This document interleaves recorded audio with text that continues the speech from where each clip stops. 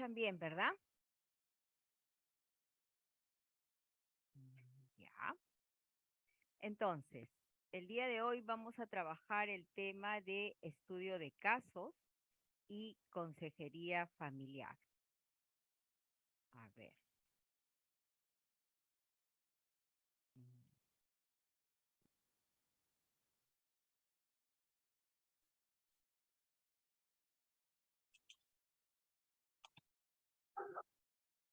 ¿Ahí se escucha mejor o no?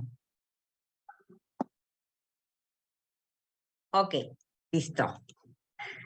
Ya, vamos a compartir entonces. Perfecto. Bien, entonces vamos a definir primero qué es un estudio de casos, ¿ya? El estudio de casos es un método, es una técnica, es una forma de investigar, ¿ya? Esta técnica generalmente se utiliza en ciencias de la salud, pero también en ciencias sociales, ¿no? Se caracteriza porque hay una búsqueda de información, un análisis sistémico de la información que buscamos y cuando determinamos que es un caso. Entonces tenemos una técnica de investigación que busca recolectar información para estudiar un determinado caso, un determinado tema. Bien, esta técnica la vamos a usar en la entrevista familiar, que es lo que nos interesa a nosotros, ¿no? Y en esta entrevista también vamos a desarrollar una técnica que se llama la técnica de la entrevista. Y esta técnica de la entrevista también recopila datos, pero de la familia. Entonces, a través de la entrevista vamos a acumular, vamos a buscar, vamos a indagar, vamos a recolectar datos de la familia. ¿Para qué? Para poder analizarla, para poder hacer un diagnóstico, para poder ver qué tratamiento le vamos a dar, qué consejería le vamos a dar a la familia. ¿Ya? Ahora, estas entrevistas para los medios evangélicos generalmente a veces se hacen en la iglesia. Nos encontramos con una hermana, con un hermano, ay, fíjate que mi hijo, que mi esposo, que, etcétera, o que mi esposa, y allí comenzamos a conversar a veces en los pasillos de la iglesia. Pero no necesitamos de alguna forma ventilar nuestra intimidad en un pasillo. Entonces es mucho mejor que cuando hagamos una entrevista y empecemos a, ¿y cómo fue? ¿Y en dónde fue? ¿Y a qué horas? ¿Y él sabía? ¿Ella sabía? ¿Cuáles fueron las consecuencias? Lo hagamos en un ambiente privado.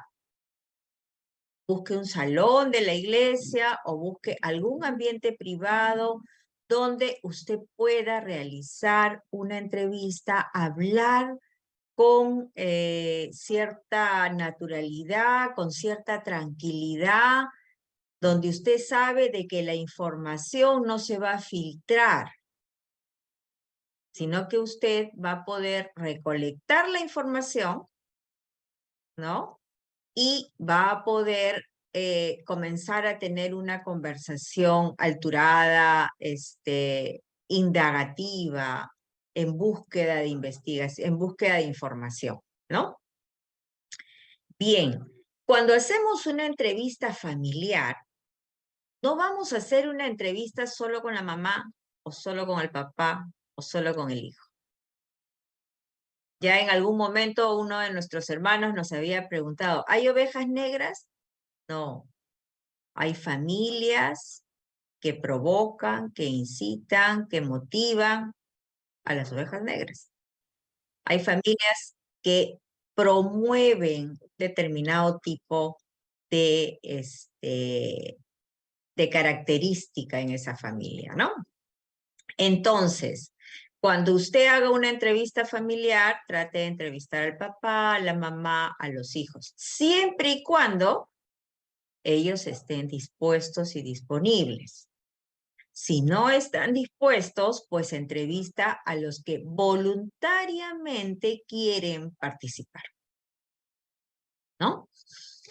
Esta entrevista también nos permite plantear hipótesis, suposiciones de qué es lo que está pasando en esa familia, cuál es la situación de la familia.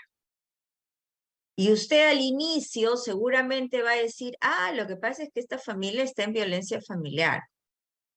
Pero eso usted lo tiene que verificar a lo largo de sesión tras sesión para ver si realmente la hipótesis inicial se verifica a lo largo de las sesiones, ¿no? Entonces, esas hipótesis, esas suposiciones de la situación familiar deben de ser confirmadas o reformuladas, ¿no? Otra de las técnicas que nosotros necesitamos aplicar en una entrevista es la observación. Es decir, yo voy a ver, yo voy a escuchar, yo voy a valorar determinadas conductas cuando estoy entrevistando a la persona. Y si es posible, las voy a anotar, las voy a escribir, dependiendo de cómo usted tome nota. Si usted quiere grabar, le pide permiso a la persona o a la familia y le dice, ¿es posible que podamos grabar esta reunión? Y la persona le dirá sí o le dirá no. Si le dice no, entonces usted le dice, mire, nosotros necesitamos para poder conversar contigo, registrar la información, analizar el caso, ver cuál es la mejor solución. ¿Qué necesitamos? Necesitamos registrar lo que estamos conversando. ¿Me permite, por favor?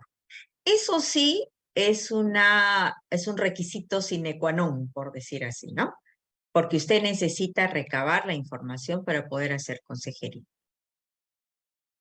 Entonces, ¿qué cosa es lo que usted va a observar? Los gestos. Hay personas que dicen, sí, estoy muy bien. Sonríe. Hay otras que dicen, sí, estoy bien. Hay otras que dicen, sí, pues estoy bien, ¿cómo voy a estar? Usted va a ir valorando la actitud que tiene la persona, la forma de cómo dice las cosas, las palabras que va empleando, el tema en el que se concentra. De repente para un varón la cuestión económica es importantísima. Para una mujer no necesariamente es así. Entonces, usted va valorando las diferentes percepciones que se van dando en la entrevista, ¿no?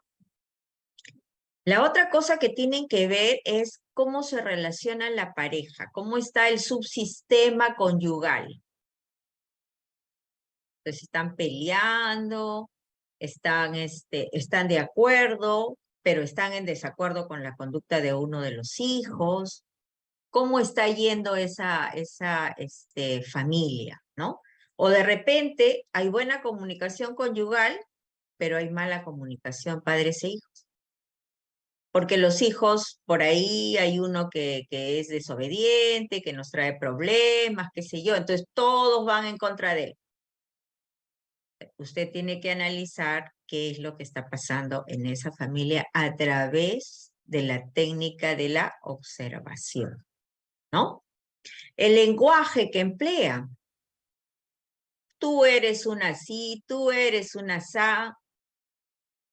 ¿Y qué va a permitir usted en la entrevista? Si una persona viene e insulta a la otra, yo la tengo que parar y decirle, mire, tenemos que evitar ese tipo de comentarios, ese tipo de comunicación. Creo que podemos comunicarnos de una manera un poquito más asertiva, exprese lo que a usted le molesta, pero no califique a la otra persona. Entonces, vamos orientando, vamos haciendo pedagogía, vamos enseñándole a esta familia a que se dirija de una forma más asertiva, más adaptable, más sana, ¿no? En la misma entrevista. ¿no?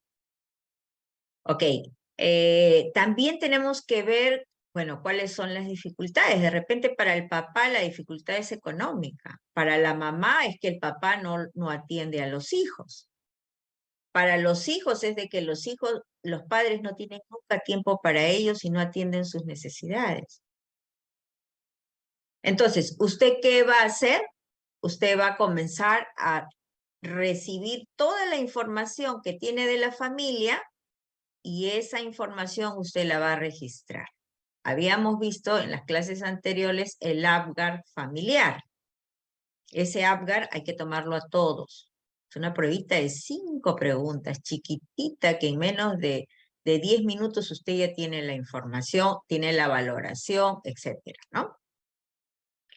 Y también el tipo de comunicación, ¿no? De repente hay comunicación. Generalmente cuando hay una demanda de atención, la comunicación generalmente es acusadora. Generalmente o es una comunicación distractora.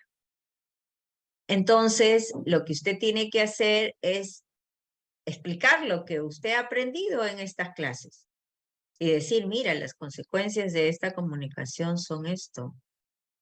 Las consecuencias de esta comunicación son tal otra.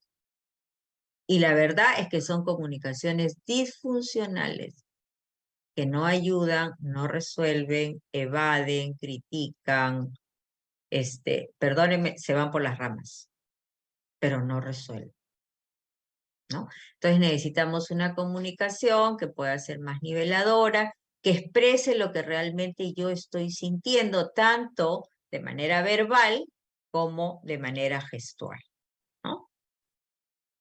Tiene que fijarse quiénes hablan. A veces solo habla el papá, a veces solo habla la mamá, a veces habla uno de los hijos. Usted allí va a ir mirando el rol que ellos tienen a lo largo de esta entrevista, ¿no?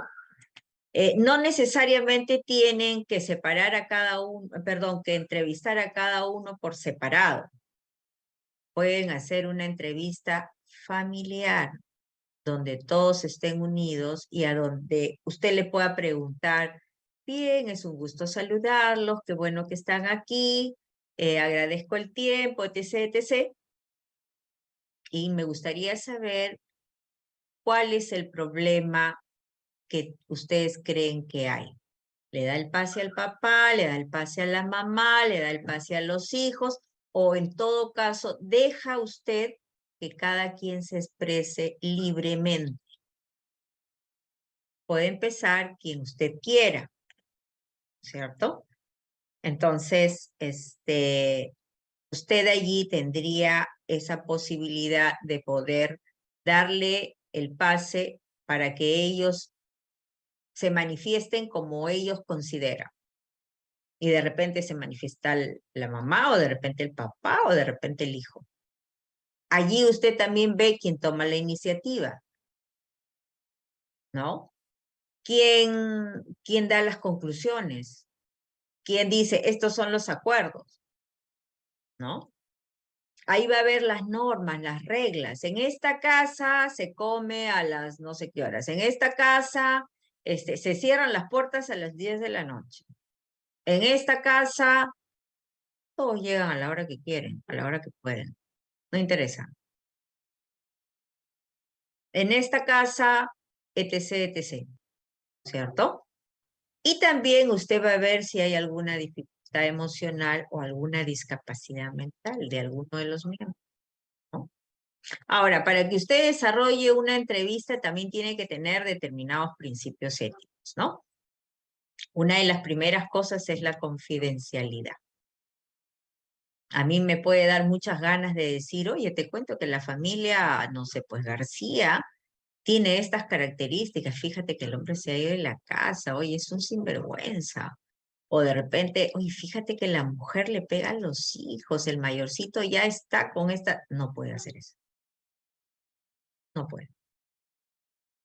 Salvo que usted vea que el caso es grave y que amerita que usted lo reporte al pastor de la iglesia, O si, por ejemplo, la niña está embarazada, no le quiere contar a la mamá, entonces usted tiene que hablar con la mamá y decirle, mire, yo sé de que la niña está con muchas dificultades, pero convérsale, tómate un tiempo a hablar con tu niña, con tu hijita, y fíjate qué está pasando.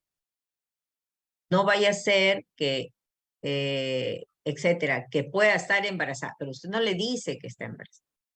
Puede ser, quizás, conversa, porque seguramente la niña le ha dicho, no le diga a mi mamá porque me va a matar, que no sé qué. Pero usted va a estar promoviendo la comunicación, el diálogo, para que sea la misma niña la que le diga, sí, mamá, estoy embarazada. Y usted va a estar tratando de controlar a la madre para que no le pegue, para que no la bote de la casa, para que, etcétera, etcétera, etcétera. ¿No? Entonces, esta confidencialidad se debe de salvaguardar, pero hay casos excepcionales cuando hay delito, ¿no? Cuando hay peligro de la vida, en el que sí usted va a tener que comunicar a la persona que corresponde, ¿no? El respeto a sus creencias. Ese es otro de los principios éticos importantes. De repente la familia es católica y de repente la familia se va a una fiesta patronal y allí toma, se embriaga, hace, no sé, varias cosas que no están de acuerdo con la salud, una conducta adaptable, ética, moral, prudente, qué sé yo. Usted sí le puede decir, mire cuáles son las consecuencias de, usted está gastando, usted no le hace bien estas comilonas, en fin, cualquiera, ¿ah? No solamente en fiestas patronales, regionales, costumbristas, etcétera, ¿no? Entonces, por allí usted puede eh, hablar acerca de las consecuencias de una conducta, pero no atacar su, su fe, ¿no? Usted puede hablar de qué piensa de, pero no puede decir, oye, tú eres una así, una asá, un paracuyá, ¿no? No, no, no está usted en esa posición cuando hace consejería. En otros momentos probablemente sí. No emitir juicios de desvalorización. ¡Qué sinvergüenza! ¿Qué se habrá creído? ¿Pero cómo es posible que haga eso? No, tampoco. Usted podría decir, wow, tiene una conducta irresponsable, ¿no? Pero darle calificativos desvalorizantes, eso no se puede hacer, ¿no? Evitar con las comparaciones, ay, pero yo te cuento que mi familia, que la familia de no sé quién es mejor, qué horror, cómo has podido. No, tampoco, ¿no? Y evitar la imposición de reglas. Mira, ¿sabes qué? Lo que tú tienes que hacer es esto. No. Analizamos con la persona cuáles son las mejores opciones. ¿Qué piensas, María? ¿Qué piensas, Juan, de estas cosas? Entonces te va a decir, ay, sí, yo no sé qué pensar. Y usted interviene y dice, podría ser, un problema tiene muchas soluciones. Puede ser tal cosa, podría ser tal otra. Podría, puede. ¿Eso qué posibilidad me da de que la otra persona decida qué es lo que va a hacer? Usted sugiere. Ustedes saben de que Dios nos creó con voluntad, con libre albedrío, con libre decisión. Hoy he puesto delante de ti la vida y la muerte, la bendición y la maldición. Escoge. La persona tiene toda la posibilidad de elegir qué tipo de conducta, sea buena o sea mala. La otra cosa es que usted tiene que tener una posición neutral.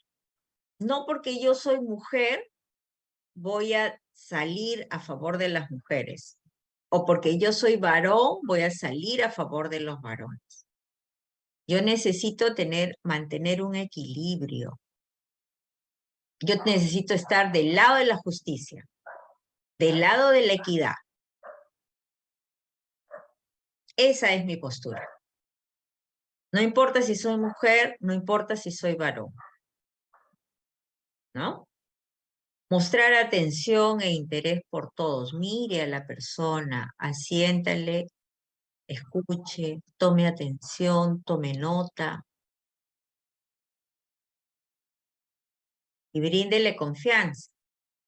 Una de las formas para brindar confianza es no criticar a la otra persona.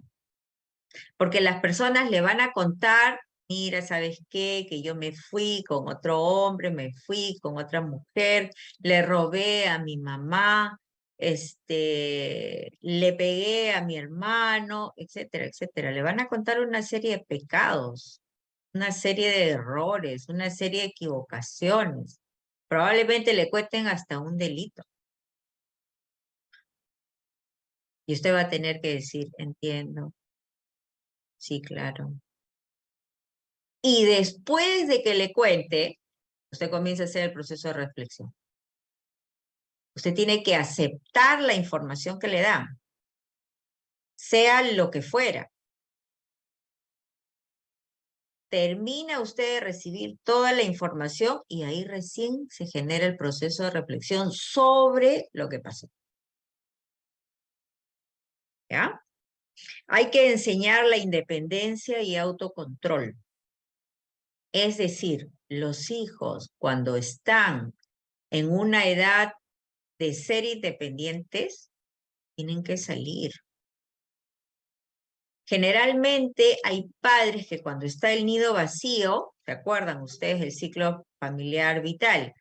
Los padres tratan de retener al último hijo, porque se sienten solos. Pero recordemos que nosotros criamos a los hijos ¿para qué? Para que se hagan independientes. Usted y yo criamos a los hijos para que sean independientes, para que se valgan por sí mismos, para que cuando salgan de la casa familiar, ellos puedan hacer su propia casa, generar sus propios recursos, generar sus propias relaciones emocionales.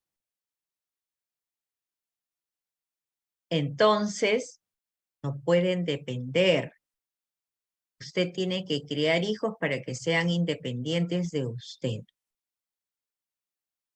Esa es la idea, ¿no? Ahora vamos a entrar a una parte que me gusta mucho, que son los principios para la consejería. Miren, si yo quiero ayudar a otras personas a que sean sanas, yo tengo que estar sana.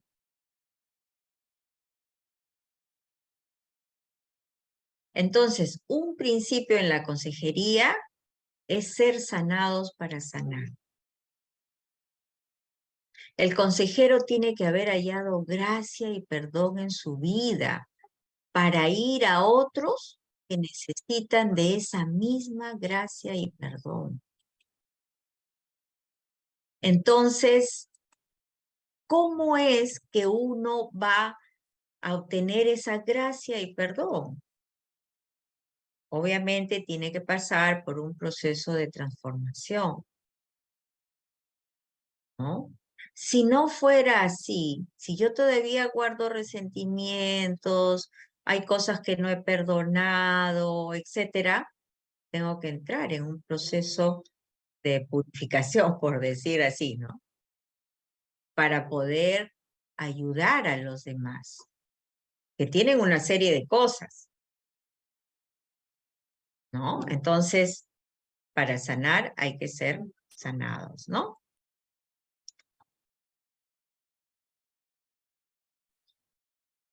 ¿Cuál es el perfil del consejero cristiano? ¿Cuáles son las características de un consejero que se dice cristiano? Dice la palabra que quien anhela servir al Señor buena obra desea, ¿no? Pero debe tener una aceptable o una buena relación con Dios. ¿Cómo le va a decir usted a la persona, ore, lea su Biblia, cuando usted no lo está haciendo? Usted tiene que enseñar con el ejemplo, ¿no? Si usted está alejada de Dios, ¿cómo va a dar consejería acerca de Dios? Va a tener que ponerse en autos, va a tener que ponerse a cuenta. Entonces, restablezca su contacto con Dios, porque muchas personas hablan de Dios y aconsejan bíblicamente, pero todavía no conocen al Señor. Perdóneme porque es un paporreteo nada más, de repente de textos bíblicos, pero ese texto no entró en el corazón de esa persona. Entonces, necesitamos, usted y yo, restablecer nuestro contacto con el Señor. Antes de entrar en un proceso de consejería cristiano, usted tiene que estar orando mucho, leyendo mucho. Cuando yo ingreso a las clases, ingreso después de un periodo de oración y le ruego al Señor, dame palabras, Señor, porque hay una responsabilidad muy grande en cada cosa que voy a decir. Guíame. Y eso es algo que tenemos que hacer, porque si no la consejería se diluye. Es un saludo a la bandera, es nada, no impacta, ¿no? Guarde su palabra. Dice la palabra, en mi corazón he guardado tus dichos para no pecar con. Guarde, atesore, repita, medite. Dele vuelta a la palabra todo el día y en su cabecita. ¿Qué significará tal o cual? Revise estudios, etcétera, ¿no? Esté atento a la voz de Dios. Jesús le respondió a Tomás, ¿no? Yo soy el camino, la verdad y la vida. Sin mí nadie puede llegar a Dios el Padre, ¿no? Pues muchas veces el Señor nos habla y a veces el Espíritu Santo habla bajito y necesitamos escuchar la voz de Dios. Debe tener una buena o aceptable relación consigo mismo. Si yo no me acepto, si yo no estoy contenta con lo que soy, no contenta, pero al 100%, porque sé de que soy pecadora, que soy falible, soy pecador, falible, pero por lo menos puedo ir a otros que están en una condición diferente a la mía y de lo que yo aprendí se lo puedo dar. Entonces creo que podría estar en una relación aceptable conmigo mismo, ¿no? Por ello el cristiano debe de analizarse, de ordenar su vida. Si usted ve que en su familia hay cosas por ordenar, empiece por allí. Use los recursos, use las estrategias, los conocimientos que está adquiriendo y vea cómo puede usted primero ordenar su hogar, su vida, ¿no? Sin embargo, sigo adelante esperando alcanzar aquello para lo cual Cristo Jesús me alcanzó a mí. No es que lo haya ya conseguido todo o que sea perfecto, porque perfectitos no somos, santitos tampoco, pero tenemos que darnos cuenta de cuáles son nuestras dificultades, como el hijo pródigo, y volviendo en sí, y volviendo en sí, y volviendo en sí. Entonces, no es que lo haya alcanzado todo, que ya sea perfecto. Sin embargo, sigo adelante esperando alcanzar aquello para lo cual Cristo Jesús me alcanzó a mí. Yo como cristiano debo examinarme todos los días y decir, Señor, acá está María en este día, perdóname porque creo que le dije algo a mi hijo que no era, o porque tuve una mala actitud con mi esposo, o porque le respondí a no sé quién de esta forma, o porque, etcétera, no sé. Es ese corazón que reconoce su falta, el que es agradable delante del Señor, y el Señor obra en esa persona. Entonces es importante que tengamos esos procesos de reflexión, de reconocimiento, ¿no? Entonces, la sanidad del consejero es sumamente importante para empezar un proceso de consejería. El mejor comienzo para prepararnos hacia la consejería cristiana es mirarme, es practicar un autoexamen honesto. ¿Cómo es María? ¿Cómo es Juan? ¿Cómo es, etcétera? ¿Cómo estamos delante del Señor? Sin apasionamientos y reconociendo nuestros errores, porque todos los tenemos. Pero la idea de tener proceso de acompañamiento hacia otros va a implicar de que esos errores sean mínimos, ¿no? Entonces, necesitamos hacernos como una radiografía de cómo están las personas. Como decía Gedeón, una introspección, una mirada hacia adentro de María, de Juan, de Pedro, ¿no? Y ver cómo nos encontramos espiritual y emocionalmente. ¿Cómo está usted espiritualmente? ¿Cómo está usted emocionalmente, no? Hay muchas emociones que se han formado desde la niñez. A veces el rechazo, en algún momento fuimos rechazados, muchas veces fueron injustas y otras de repente fueron como consecuencia de nuestra conducta.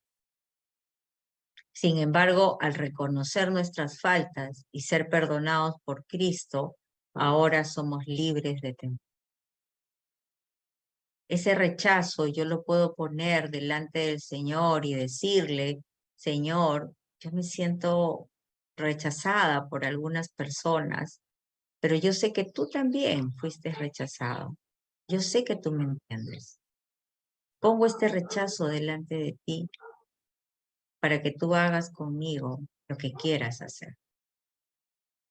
Y la palabra dice, y ciertamente Él llevó nuestras enfermedades, sufrió nuestros dolores, y nosotros le tuvimos por azotado, por herido de Dios y abatido.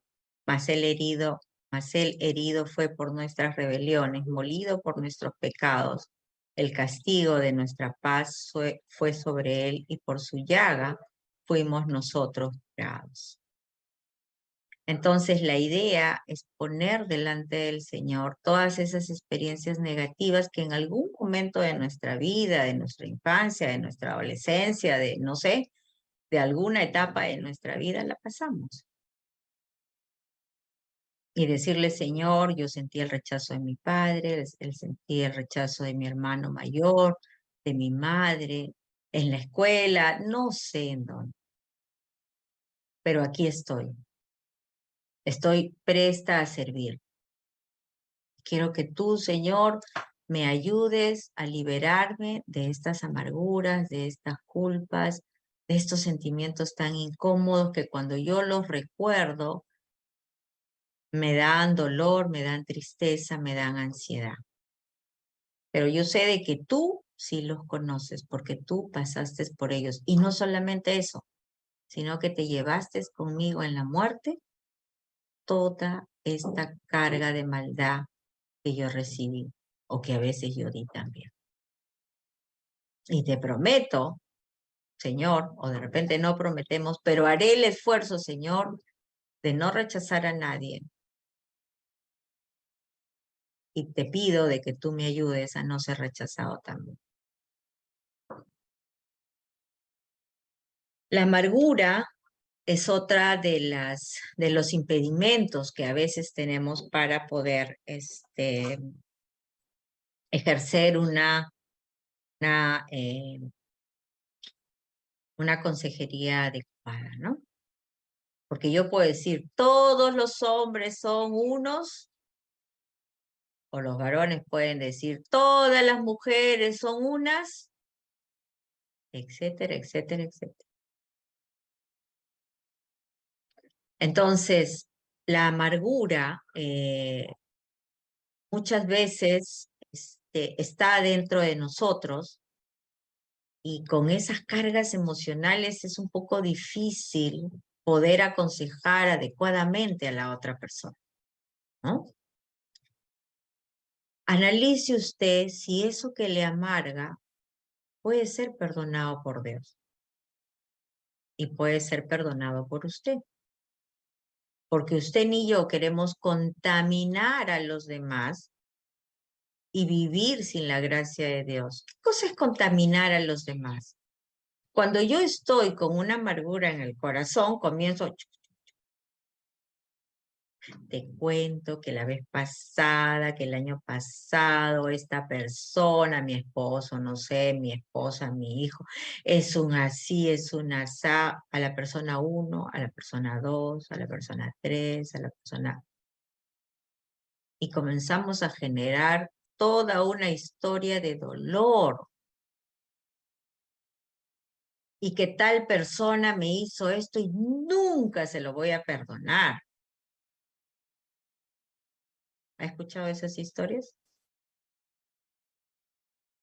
Bueno, ahí está usted.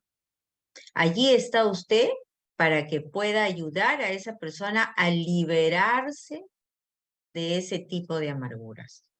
Porque el evangelio es un evangelio liberador. Y porque si usted anuncia el evangelio, tiene que ayudar a otros a liberarse de este tipo de actitudes. Entonces, contaminar al otro a veces es contar historias de dolor o de rabia para que el otro sepa lo que alguien nos hizo a nosotros.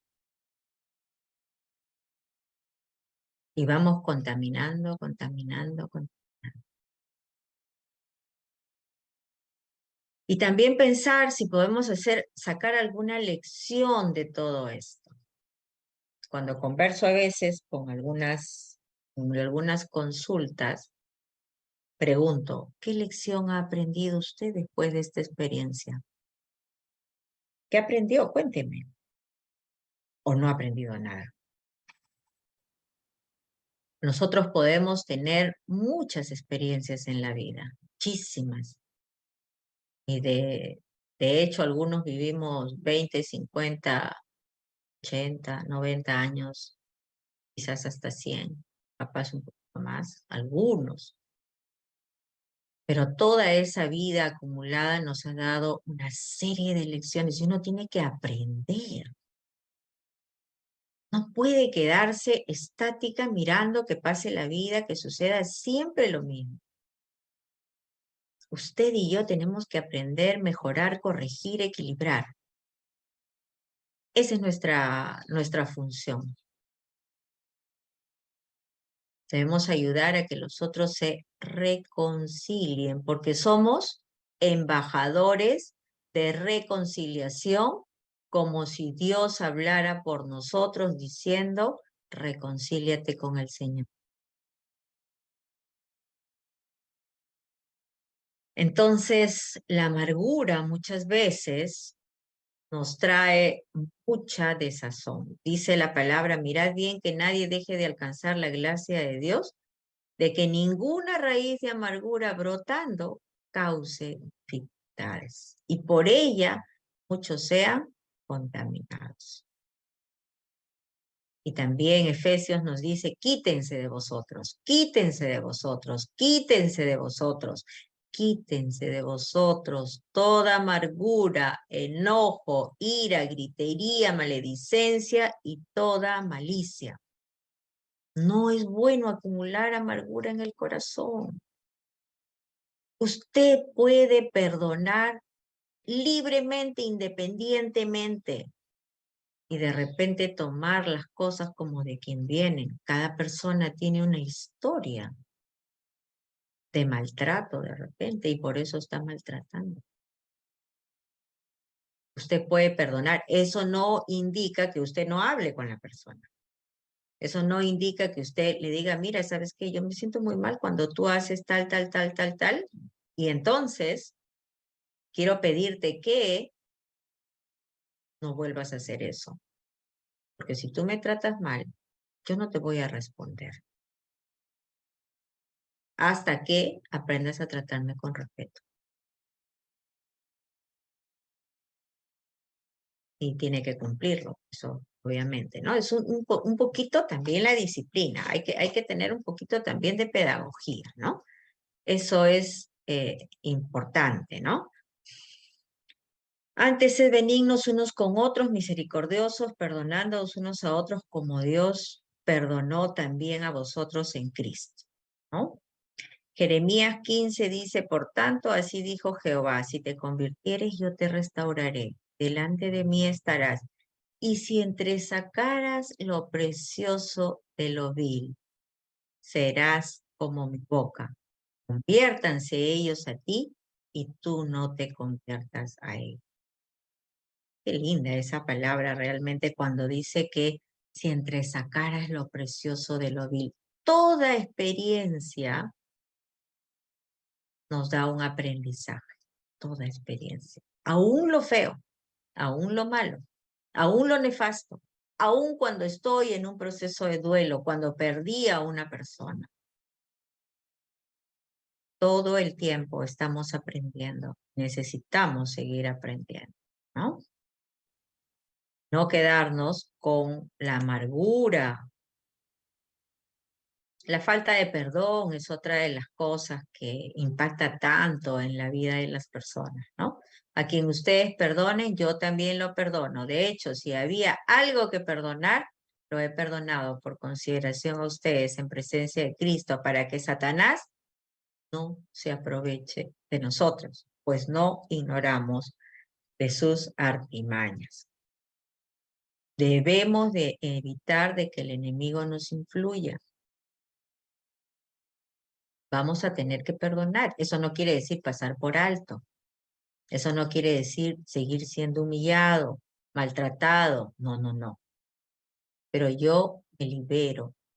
Yo hago de que delante del Señor, el Señor se encargue. Habrán algunas acciones humanas que hacer, sobre todo cuando es un delito, y seguramente puede intervenir la ley, pero lo dejo en manos del Señor y en manos de la ley. Y yo perdono. La palabra de Dios nos dice que hay esperanza para los afligidos y quebrantados. Dice, confesaos vuestros pecados unos a otros y orad unos por otros para que seáis sanados. La oración eficaz del justo puede mucho. Comenzamos a orar por ella, por él que me hizo tal o cual persona, Señor. Dale discernimiento, dale sabiduría, que vuelva a tus caminos. Muéstrale, Señor, su pecado. Y oramos. Yéndose luego David de allí, huyó a la cueva de Adulán, y cuando sus hermanos y toda la casa de su padre lo supieron, vinieron allí y se juntaron con él todos los afligidos, y todo el que estaba endeudado, y todos los que se hallaban en amargura de espíritu, y fue hecho jefe de ellos, y tuvo compasión, y tuvo consigo como 400 hombres.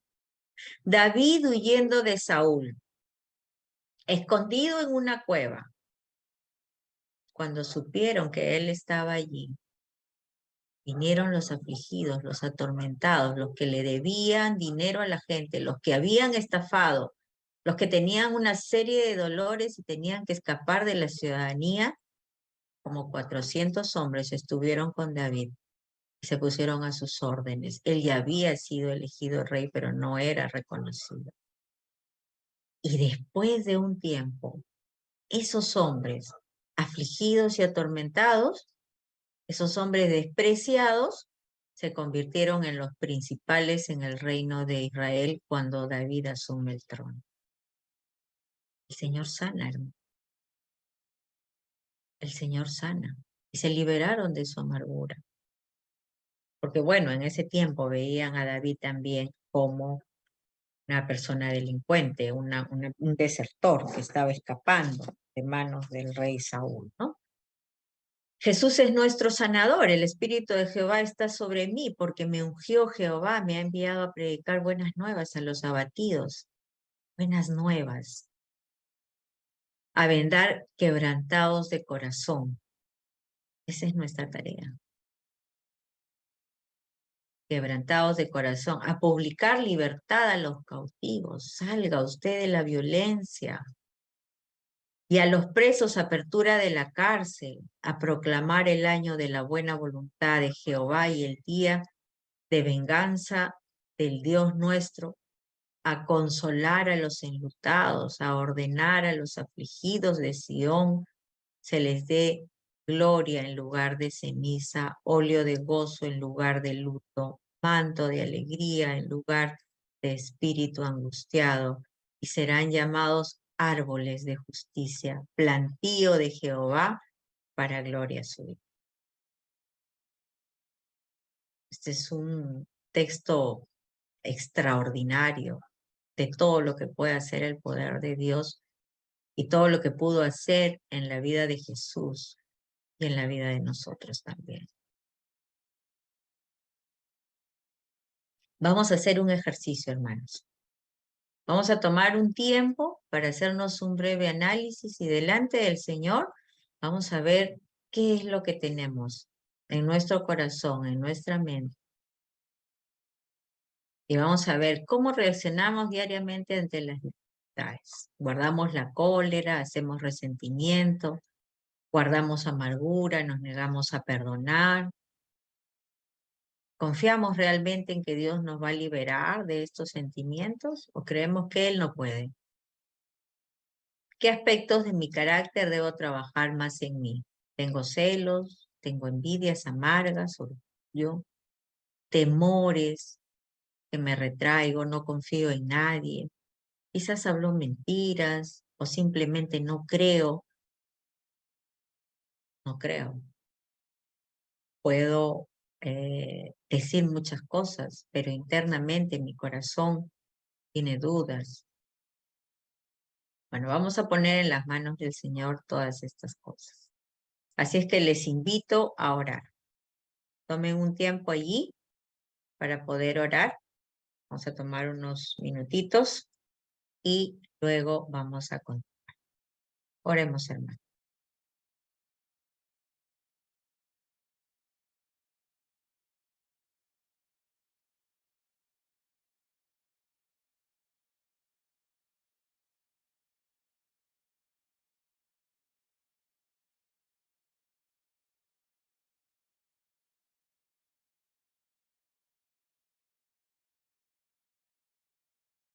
Padre Celestial, estamos delante de ti y te agradecemos, Señor, por tu palabra. Porque delante de tu palabra, Señor, quedamos desnudos. Porque delante de tu palabra, Señor, quedamos expuestos a cómo somos en realidad, Padre. Danos, bendito Dios, la sabiduría, el entendimiento, el discernimiento, Señor, para poder identificar qué cosas tengo que cambiar. Que tu Santo Espíritu nos hable mientras estamos orando, Señor. Nos guíe, Señor, nos ilumine, nos exhorte, nos oriente, nos consuele y que nos ayude, Señor, a reorientar nuestra vida. Señor, siempre es bueno ponernos delante de ti y liberarnos, Señor, de algún tipo de amargura, de atadura, que no nos permite una buena relación con determinadas personas. En el nombre de Cristo Jesús, te pedimos, Señor, que nos liberes de este tipo de ataduras, Señor. Que aprendamos a perdonar, hablando, conversando, planteando soluciones, proponiendo cosas, Señor, pero que no nos quedemos con la amargura en el corazón. Libéranos, bendito Dios. Libéranos de la falta de perdón con esa persona que de repente durante años, Señor, quizás fue nuestro mejor amigo, nuestro mejor aliado, y de repente, Señor, nos traicionó. Pero, Señor, tú eres quien nos dice, Señor, que debemos de perdonar, que debemos de acercarnos, que debemos de hablar. Que tu Santo Espíritu, Señor, nos guíe por caminos de rectitud, por sendas de bondad. Que tu gracia, Señor, nos acompañe a hablar con determinadas personas. Libera nuestros rencores, libera nuestra falta de perdón, libera nuestra amargura, Señor. Renuévanos, Señor Jesús. Y prepáranos, bendito Dios, para ir hacia otros y también comunicarle que hay un mensaje de salvación, un mensaje de buenas nuevas. Sé tú obrando, Señor, a través de estos medios. Sé tú obrando, Señor, porque esta es tu obra, porque no es la nuestra, bendito. Somos tus hijos, somos tu iglesia, somos tu pueblo, Señor.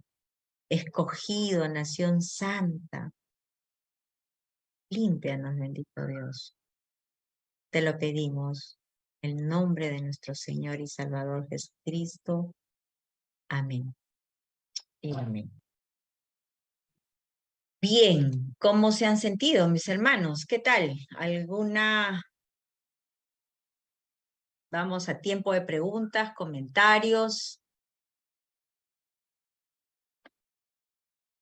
Adelante, tenemos unos minutitos para poder hacer algunas preguntas o comentar, ¿no?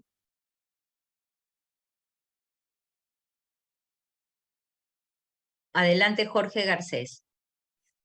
Muy buenos días, profesora. Muy buenos días a cada uno de vosotros, los hermanos. Excelente este tema, muy importante sobre la sanidad, ¿no? Yo solamente quiero comentar algo, me parece algo muy importante de que en las iglesias se dictan muchos cursos sobre teología, sobre cómo estudiar la Biblia, que es lo más básico, lo más importante para el cristianismo, pero también me parece que deberían las iglesias también mandar estos cursos a todos los que están inmersos en el cristianismo, porque se necesita llevar sanidad en el alma a muchas personas, ¿no? Porque verdaderamente el cristianismo es administrar almas y muchas veces nosotros no hemos sanado nuestras heridas, a veces estamos con caretas y eso es muy importante la sanidad, porque un soldado herido no puede rescatar a otro soldado herido, ¿no? Hay que primero sanar y esto es muy importante, la sanidad.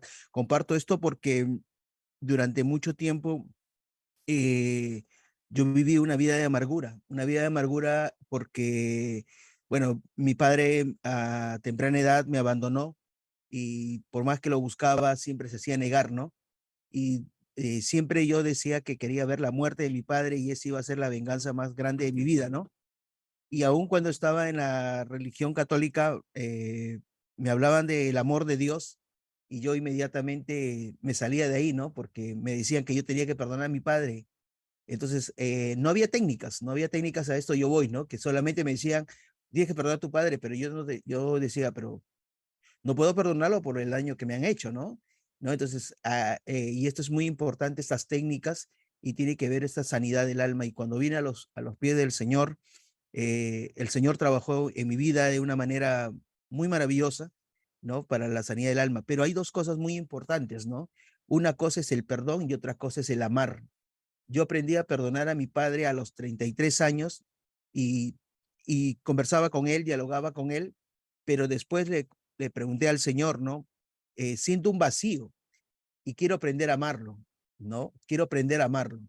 Y a la edad de 44 años más o menos, casi sea unos tiempos mucho después, empiezo a amar a mi padre. O sea, hay dos etapas para mí, ¿no? En la sanidad, es el perdón y el amar, ¿no? Porque podemos perdonar, sí, pero la parte más importante también es el amar y ahí se cierra todo el círculo. Y creo que cuando se ama y se perdona, empiezas a vivir una vida feliz, ¿no? Empiezas a desatarte y te desatas de todas las cadenas, todas las ataduras, y eso es lo más maravilloso. Muchas gracias por la atención, profesora, y gracias por los cursos, y que Dios la siga bendiciendo grandemente. Excelente, Jorge, excelente realmente este tema de amar, ¿no? Ahora, el perdón, hermanos, libera, libera, pero el amor realmente es el que restaura la armonía. Así es que gracias, Jorge, muchísimas gracias por tu aporte. Bien, bien, adelante, no sé, Nazario o Connie, por favor, si me ayudan, porque Mm, ya no sé quién fue Sí, primero. Nazario. Nazario, en el Dios le nombre de un bendiga. hermano muy querido de mi iglesia, Nazario Durán. Sí, gracias a Dios. Dios le bendiga a usted, a todos mis compañeros. Es mi primera participación, a pesar que ya hemos tenido varias clases. En varias de ellas no pude conectarme, pero hoy quiero comentar mi satisfacción porque hoy es un día especial para mí, inolvidable, porque debo ordenarme como pastor. Y mientras escuchaba las clases en el trayecto, ah, pensaba por un momento, creo yo, estoy en el lugar correcto, en el momento correcto, y de verdad muy bendecido. Con respecto a esta charla de sanidad, justamente hace unos 15 días estaba tratando con una pareja. Usted comprende, generalmente cuando propiciamos matrimonios, familias sanas, al final terminamos a veces siendo padrinos. Pero bueno, eso fue el caso y hay situaciones un poco difíciles. Mi pregunta era entonces, ¿va a haber algún momento donde vamos a ocupar algún profesional en este área, como por ejemplo psicólogos? Por un momento dije, cuando acababa, hace un momento hablaba usted de lo que Dios hizo con los 400 hombres junto a David. No sé si necesitamos profundizar, crecer un poco más, hasta a tal punto de que nosotros podamos ayudar incluso a los profesionales. Y bueno, de hecho, sin desvalorizar que también hay grandes cosas que aprender en una carrera, ¿no? Como una profesión. Bueno, nosotros somos trabajadores de salud junto con mi esposa y siempre estamos inmersos en los problemas emocionales, psicológicos, espirituales de la gente. Es de todos los días. Y bueno, eso es la motivación también por qué nos inscribimos al curso y aquí estamos. Agradeceré su ayuda con respecto a esa inquietud. Dios lo bendiga. Gracias, Nazario, muchas gracias. Ayer hablábamos en una charla sobre la ciencia y la fe. ¿Cuánto ayuda la ciencia muchas veces a las prácticas de fe? A veces nosotros actuamos de una manera sencilla, simple, pero por ejemplo no conocemos técnicas, no conocemos formas de explorar el corazón de las personas. Y esto ayuda. Sin embargo, si nosotros siguiéramos la palabra de la manera como se plantea, no necesita de ustedes psicólogo, necesita de nadie. Pero lamentablemente no lo hacemos. Y ahí se necesita esas ayudas humanas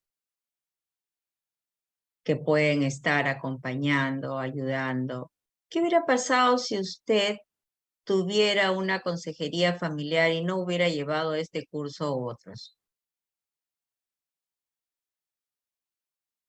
su consejería sería más sencilla. Probablemente sí pudiera llegar a una solución. Pero con este curso usted puede llegar a un más. Al final ya es una decisión personalísima, ¿no? Gracias, mi querido hermano Nazario. Adelante, ¿quién más está en el tiempo de preguntas? Adelante, Connie Machado, y le sigue Rosa García. Dios le bendiga, mi querida profesora, siempre tan linda, tan dulce. Bueno, la verdad que esta clase ha sido,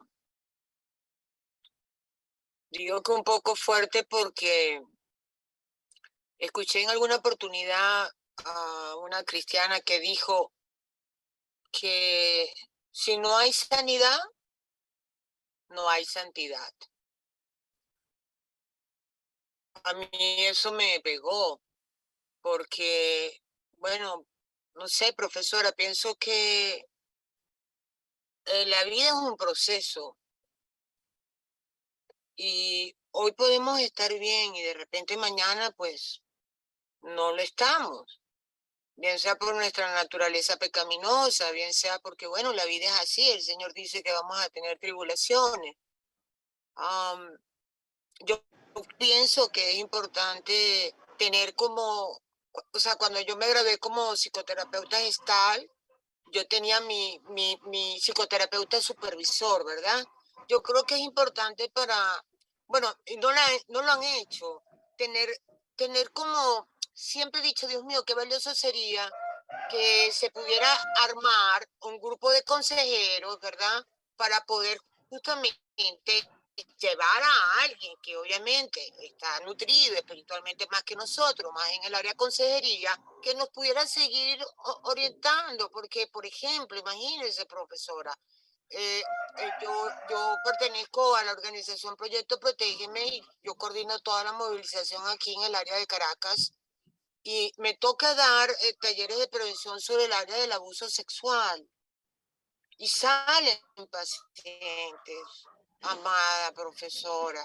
Entonces, por ejemplo, a mí me gustaría tener una orientación, o es que tengo que hacer un estudio específico de cómo manejar ese tipo de pacientes, porque es algo muy duro, profesora. O sea, yo lo digo por experiencia propia.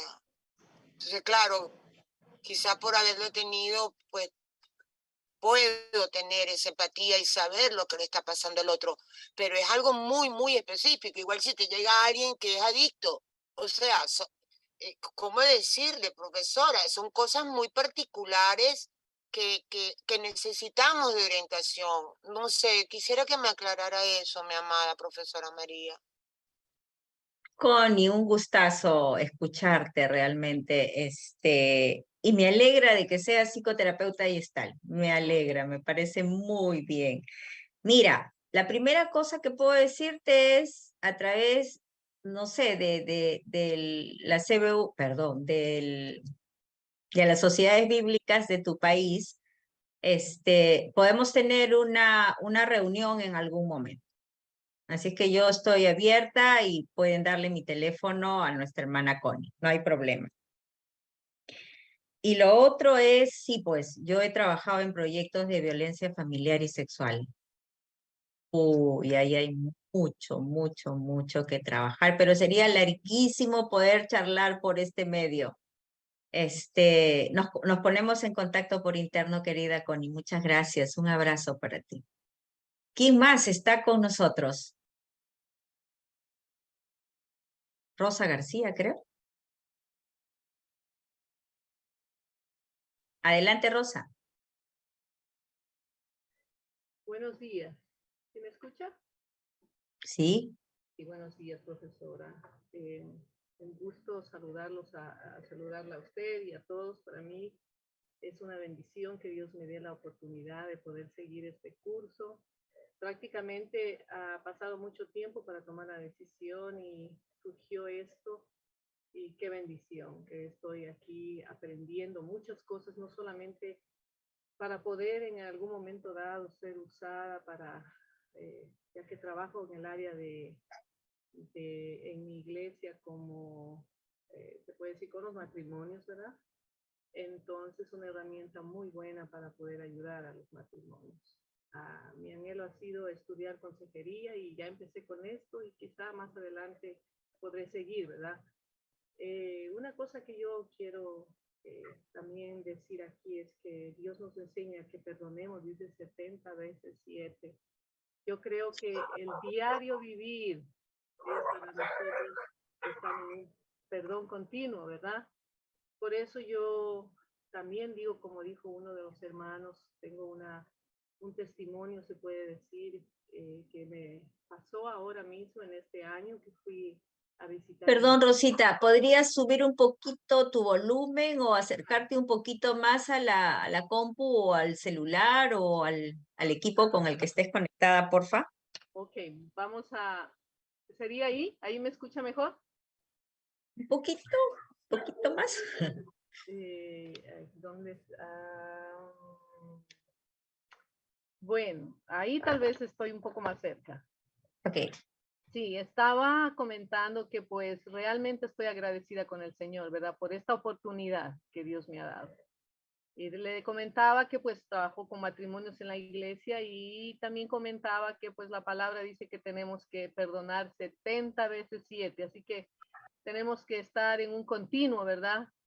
Perdón de situaciones que se presentan en los hogares, en los trabajos, con los hijos, en fin.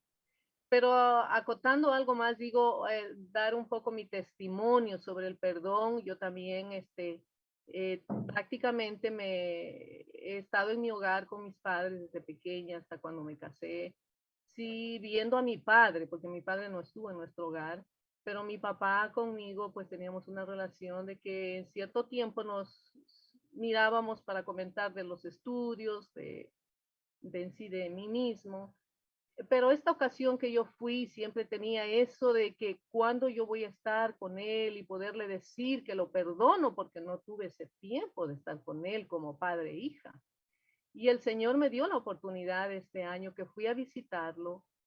Pude decirle que yo lo perdonaba y que él me perdonara también. Y fue algo muy especial. Se ha abierto una puerta muy linda, la cual ahora tenemos una comunicación, aunque sea por medio de el WhatsApp, que es una comunicación hermosa. Él ha ido con sus palabras, va alimentando, va sanando mi corazón cuando hablamos. Y lo más importante, el Señor me permitió que yo pudiera hablar del Evangelio y que él acepte a Cristo en su corazón. Y ahora, cada vez que vamos hablando, mi corazón se va sanando. Así que qué importante que es perdonar y también pedir perdón. Mi padre ya tiene 94 años y es un hombre lúcido. Y yo le doy gracias a Dios que le extienda sus años para seguirlo disfrutando, ¿verdad? Por eso, qué importantes estas clases que estamos recibiendo sobre lo que es el perdón, sobre lo que es la amargura, cómo es que el Señor tenga que uno en un momento dado decir, bueno, yo estoy fallando en esto y yo necesito de verdad ser liberada.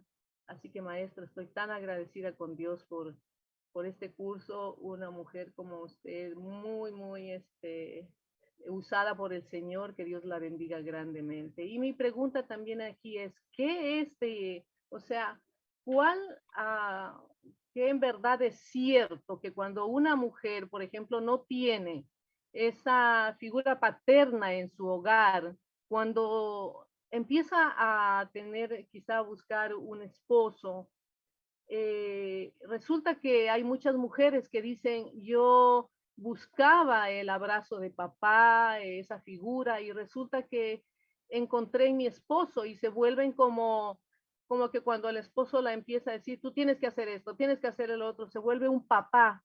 ¿Y qué de cierto es esto, doctora? Muchísimas gracias.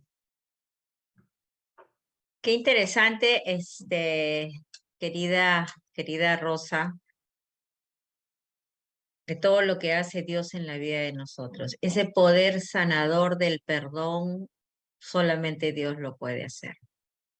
Es maravilloso realmente, ¿no? Y con respecto a tu pregunta, la figura paterna, ¿no? a veces cuando no hay figura paterna y se busca a través de la pareja de repente este tema de la, más que de la paternidad, de la protección. Y es que el amor tiene un amor sacrificial, o sea, ese componente de amor de pareja, es bien interesante porque tiene un amor sacrificial, tiene un amor protector, tiene un amor eros, un amor de atracción sexual. Es un amor completo. Entonces, por eso es de que la palabra también nos dice que primero está nuestro cónyuge y después están los hijos. Pero la sociedad nos ha enseñado de que es al revés, de que primero están los hijos y después está el cónyuge. Y cuando viene el nido vacío, ahí empiezan los problemas, porque ya la pareja no se reconoce el uno al otro, no se ama, ya estaban enojados, etcétera, ¿no? Entonces sí, el amor de pareja tiene ese componente de amor protector, de amor que puede ser en algún momento similar al amor que tenía el padre con nosotros o al amor que tenía la madre con nosotros por los cuidados que hay al interior de la pareja. Entonces sí, pues sí hay una similitud. No es igual, pero hay una similitud en cuestiones de cuidado y en cuestiones de protección. Bien, a ver si tenemos a alguien más, si no ya vamos pasando a la otra parte de la clase. Hermana Leticia, usted dirá. Adelante, Jorge Aguirre de Perú. Ok. Bien, hermana, buenos días. Una vez más, una satisfacción el poder escucharla. Hermana, dos asuntitos. Uno es, creo yo que y usted lo mencionó muy bien, el asunto de ciencia y fe, entendemos que así como la ciencia ayuda, digamos, a la fe también tiene su aporte, digamos, en asunto de ciencia. Ahora, me preocupa que muchas veces, por ejemplo, la ciencia no ayuda, digamos, a la fe y la fe tampoco ayuda a la ciencia. Pero específicamente, mi preocupación pasa porque a veces, por ejemplo, ocurre que la misma fe daña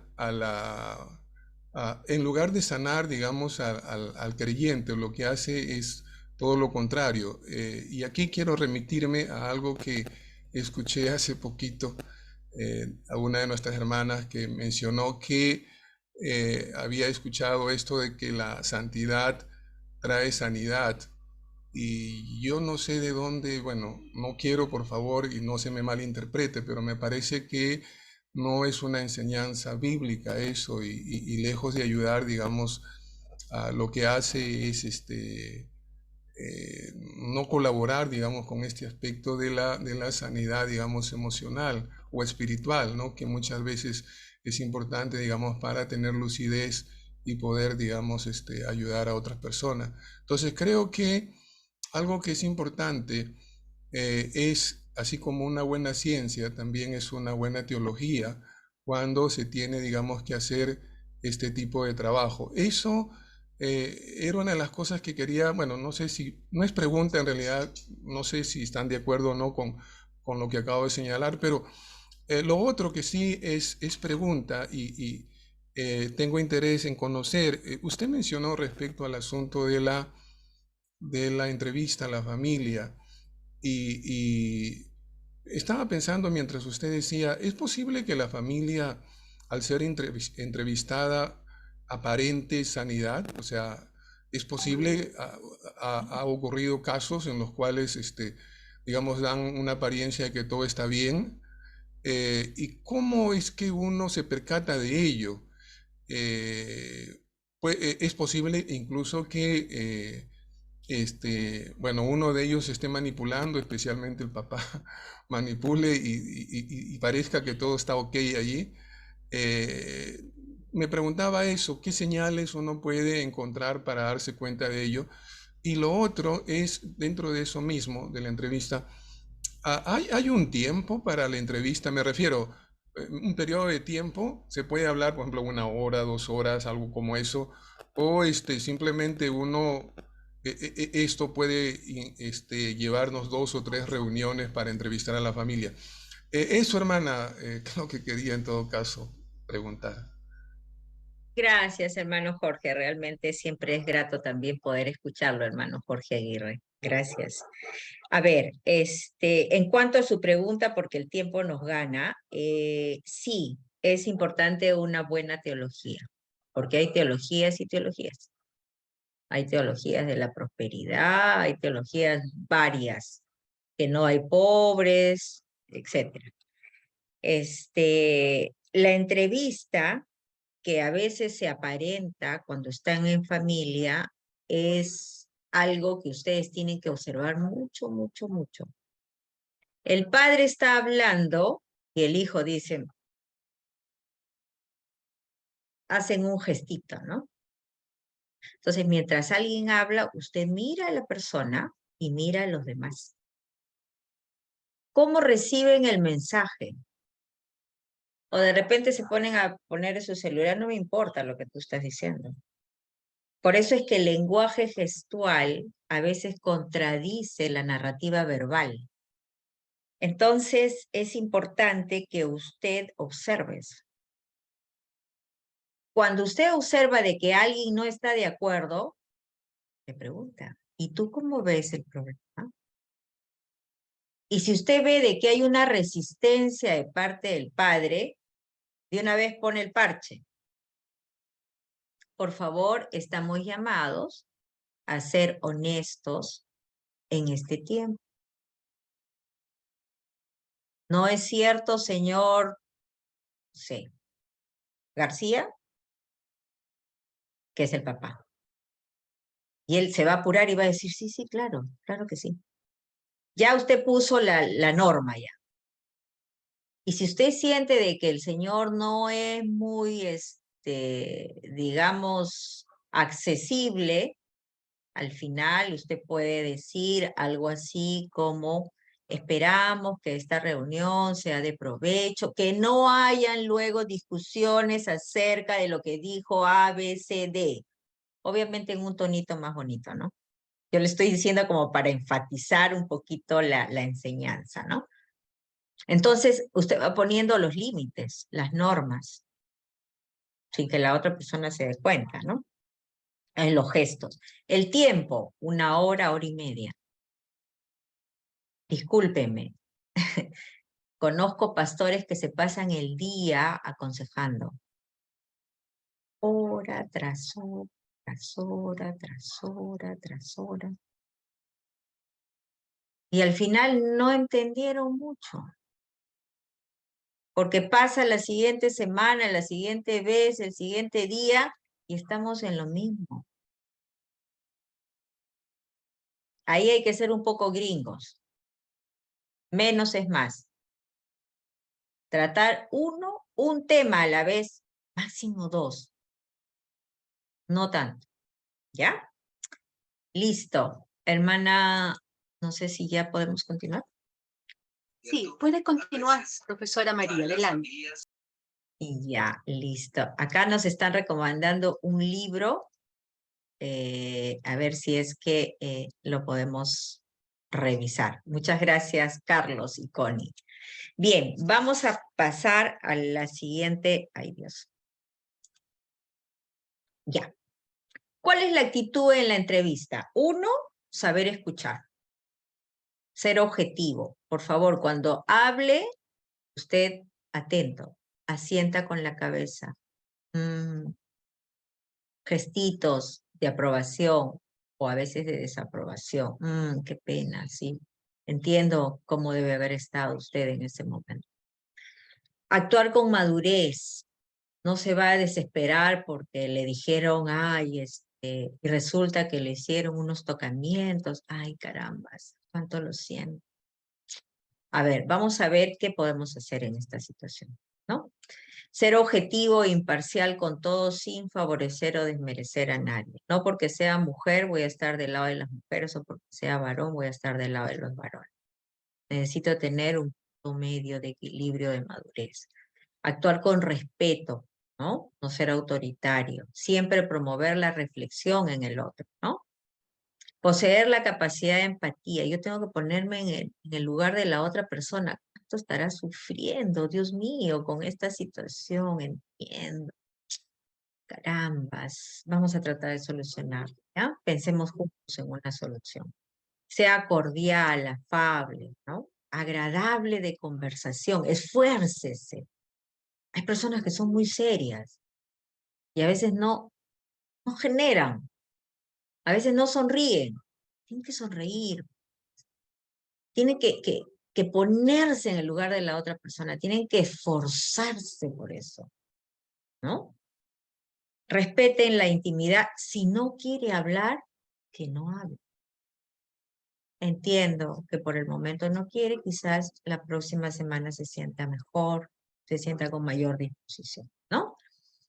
Saludos a todos. La primera etapa de la entrevista, la etapa social. Saluda, se presenta, le dice cuál es el objetivo y promueve que cada miembro se presente. Yo soy María, tengo 58 años, me dedico a tal cual, no sé qué, ¿no?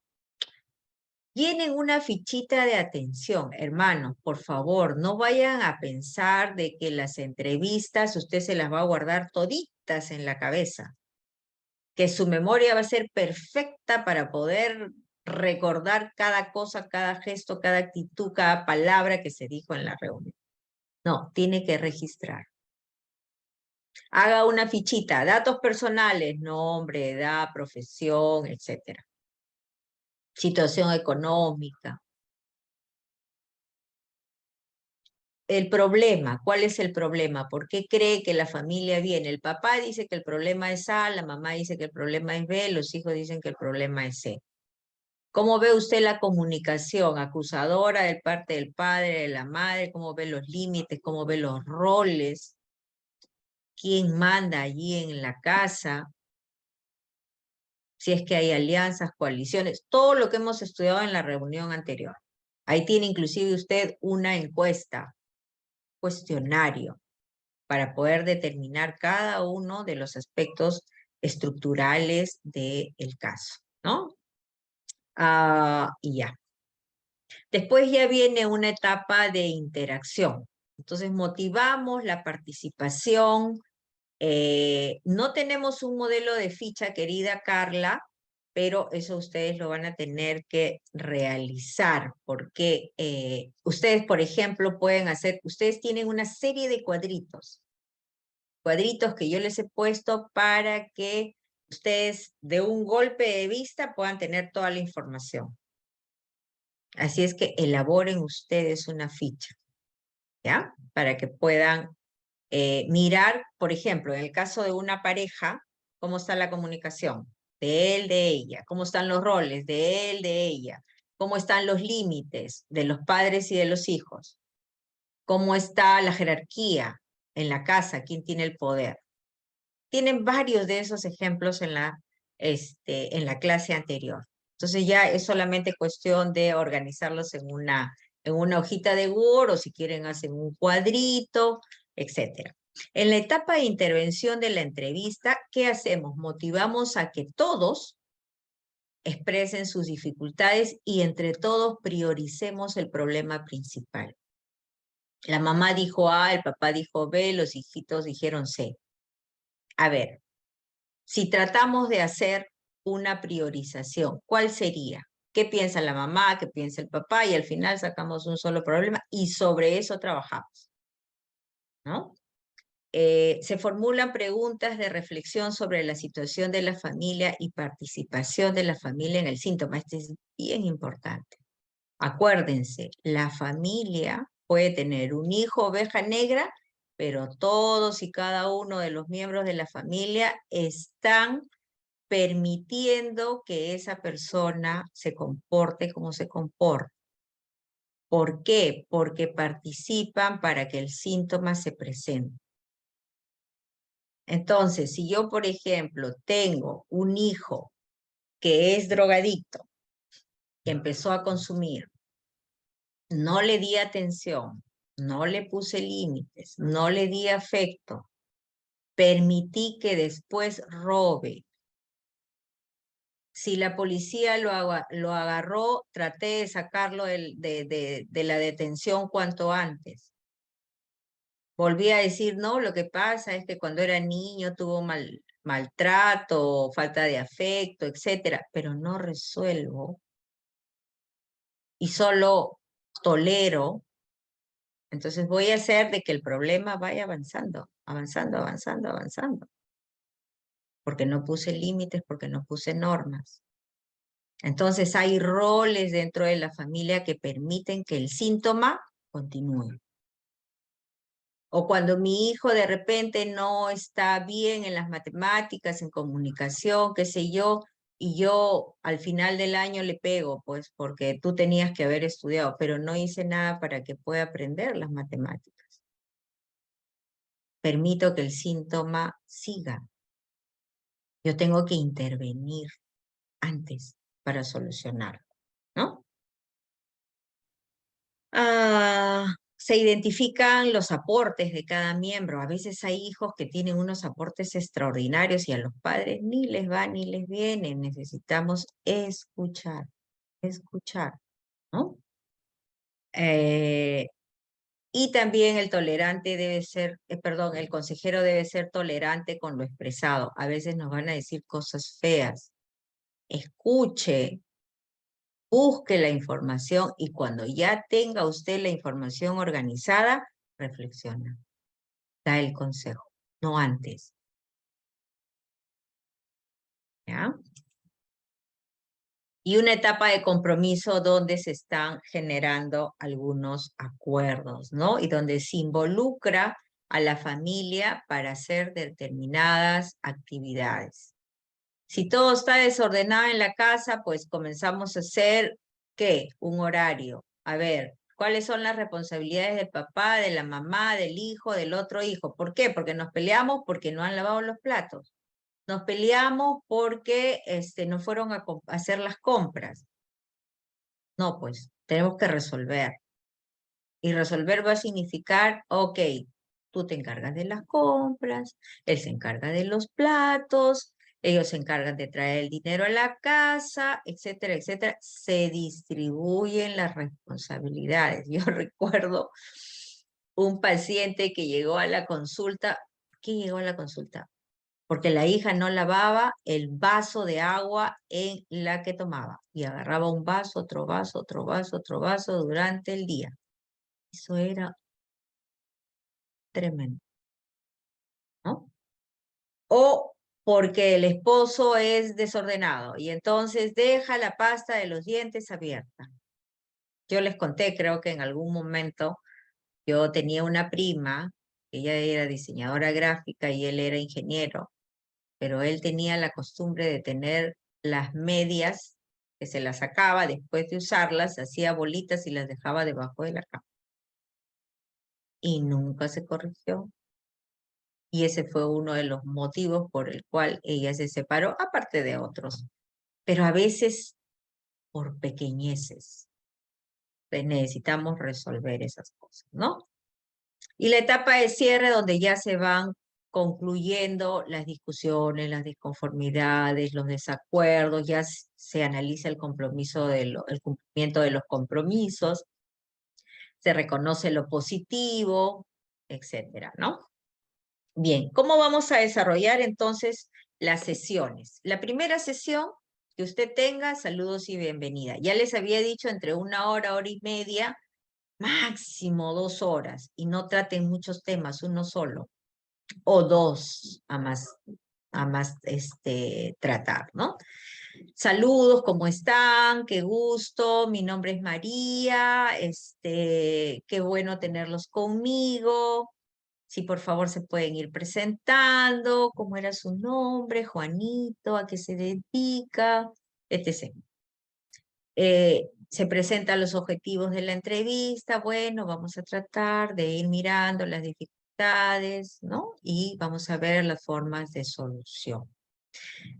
La presentación de los miembros, la observación de la conducta. El papá llega y dice, yo no sé por qué me han traído. No hay nada en la casa que amerite una reunión así tan espectacular como esta. Entonces, usted va mirando a los demás mientras el papá va hablando. Y cuando usted percibe que hay alguien que no está o que tiene algo que decir, si esa persona voluntariamente no habla, usted le da el pase. Y le dice, Juanito, me gustaría escuchar tu opinión. ¿Qué piensas tú? Y al papá le dice, señor García, creo que no, usted no se molestaría si es que Juanito expresa lo que él piensa y lo que él siente, ¿verdad? Y el señor García dirá, no, claro que no. Y ya se abrió una ventana de comunicación. Juanito, con libertad, yo creo que tú puedes decirnos qué es lo que piensas que está pasando en la familia. Y Juanito dirá o no dirá, y después mirará usted a otro miembro y también le preguntará, y así con cada uno de ellos, ¿no? Ya les dije de que no a todos, solo los que vengan, los que buenamente quieran participar, ¿no? Habrán algunos que no quieran. Presentación del consejero, perdón, observación de las conductas, el lenguaje, las actitudes, el tipo de comunicación agresiva, aplacadora, distractora, calculadora o niveladora, ¿no? Presentación de la exploración del problema. Acuérdese que no hay un paciente, hay toda la familia está involucrada en el problema. Toda la familia está. Por eso este curso se llama La familia como sistema, ¿no? Llene su fichita, previamente va a elaborar su fichita, ¿no? Le toma su Apgar a todos, ¿no? Y ya después usted hace su familiograma. En ese familiograma usted va a registrar nombre, edad, tipo de relación, el paciente identificado, las posibles enfermedades, la situación que tiene cada uno, etcétera. En la segunda sesión usted revisa y cruza el Apgar de todos. Uno dijo A, el otro dijo B, pero de repente hay un patrón ahí. De repente es la comunicación. Lo que haya, usted lo revisa y saca su conclusión. Completa el familiograma investigando más de la historia actual, cuánto tiempo tienen de convivencia, de matrimonio, si hubo un periodo de convivencia y luego un periodo de matrimonio, etcétera, ¿no? Averigua el ciclo familiar, de repente están en la época de hijos en edad escolar o recién se han casado y ya están teniendo los problemas, todavía no hay hijos, o de repente son hijos adolescentes, o de repente ya están en el nido vacío, o de repente están en la tercera edad, ¿no? Va viendo usted la comunicación, las reglas, el cumplimiento de las reglas, los límites, las jerarquías, las alianzas, las coaliciones. Y la primera cosa que tienen que hacer ustedes es detener todo tipo de violencia, Insultos, humillaciones, amenazas. No, basta con eso, ¿no? Es la primera cosa que usted va a detener, ¿no? Hacer preguntas de reflexión sobre la familia. ¿Y usted qué piensa sobre esto? ¿Y cómo piensa usted que debe de solucionarse eso? ¿Qué tendríamos que hacer para que cambie? ¿Se acuerda la técnica, algunas técnicas que se les ha enseñado en algunas de las clases, que ha pasado 5 años y se solucionó el problema? ¿Cómo se solucionó?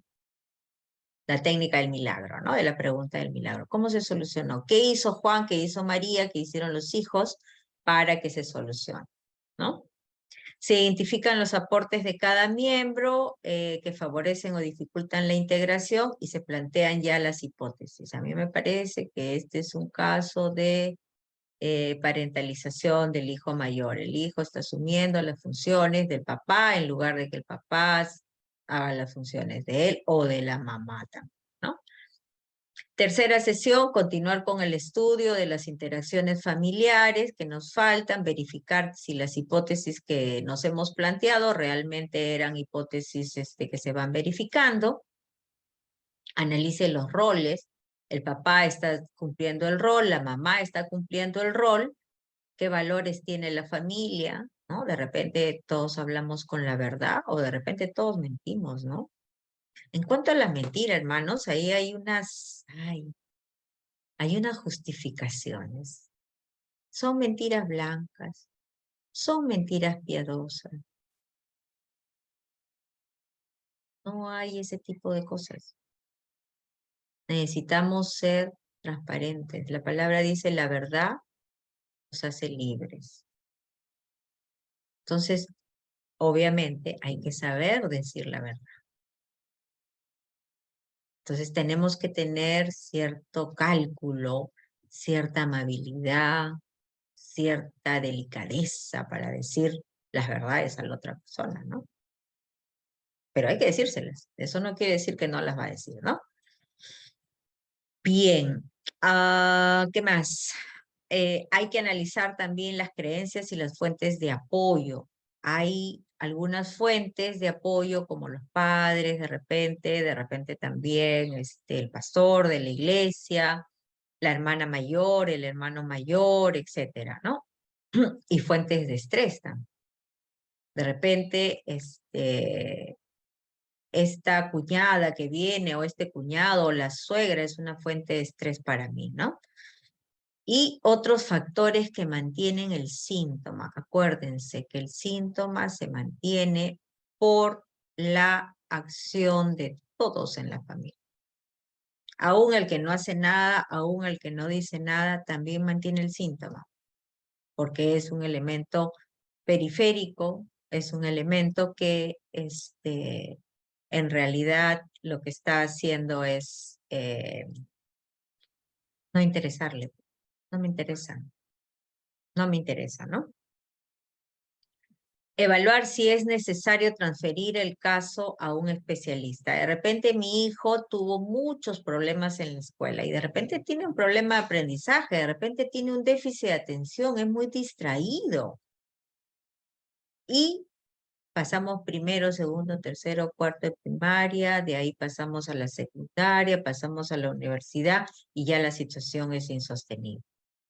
Entonces, necesitamos derivar, ¿no? Si hay un problema de aprendizaje, un problema de déficit de atención o un problema de conducta, no obedece, se burla de todo el mundo, pega, me causa problemas en la escuela, hay que derivarlo, ¿no? O de repente hay un problema también de adicción o enfermedad mental o violencia familiar, ¿no?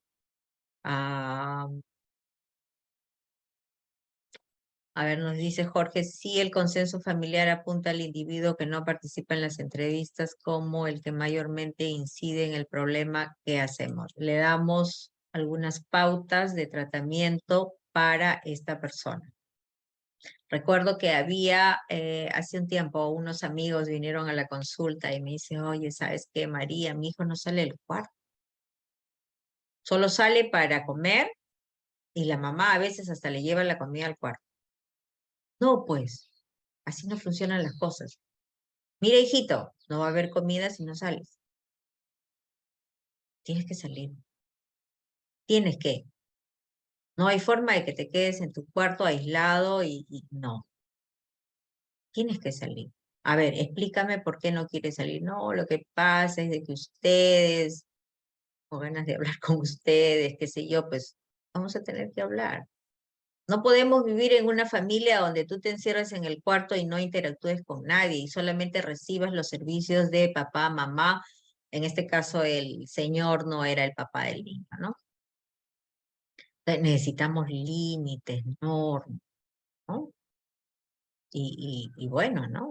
Ayer comentábamos con una hermana, es que hermana, este hijo mío no lava los platos, que no sé qué, que no sé cuánto.